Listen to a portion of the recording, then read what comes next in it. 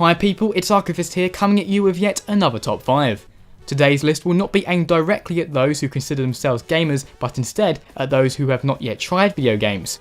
From an outsider's perspective, games can seem like a purely destructive force, driving people to commit crimes and taking over lives. But in reality, these stereotypes are simply there as a result of the media exaggerating isolated cases or even attempting to find connections where there are none at all. Naturally, if you play games excessively, problems will arise, but then again, the same can be said for most things in life. So, in today's list, I'll be going through my top 5 reasons to play video games. Enjoy. Number 5. A great aspect of video games is that they allow us to channel emotions without doing any damage to the real world. If you've had a particularly bad day, rather than taking it out on a loved one or an ornament, why not instead play some Batman and beat up some thugs? It's a lot more fun and no one gets hurt, well, any real people. Or perhaps you know tomorrow will bring nothing but stress and you can't seem to take it off your mind. Why not engross yourself into an immersive story that will captivate you for hours on end? A way to essentially summarise what I'm saying here is that video games are cathartic.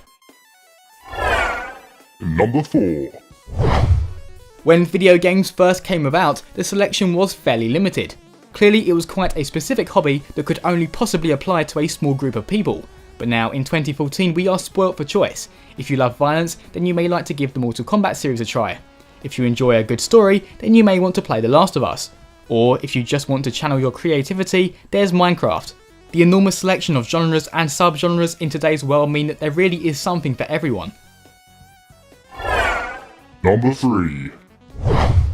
An element of video games that is far too often overlooked is their capacity to inspire and in some respects even educate. For example, playing through an RPG with a lot of text and subtitles can have a similar effect to reading a good novel. Furthermore, if you really want to maximise your damage in a game such as World of Warcraft, there are some genuinely complex mathematics involved. I think though that Minecraft is likely the most effective game at inspiring people. To see where I'm coming from, all you need to do is look at some of the astonishing creations that the fanbase has made. Number 2. Games are now far more accessible than they used to be. Whereas there are many who despise casual games, I believe that they are great for introducing new gamers to the basics while at the same time entertaining them. In fact, you don't even have to own a games console or powerful PC anymore to play games.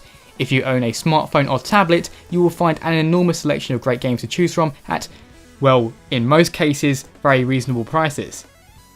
It's number 1.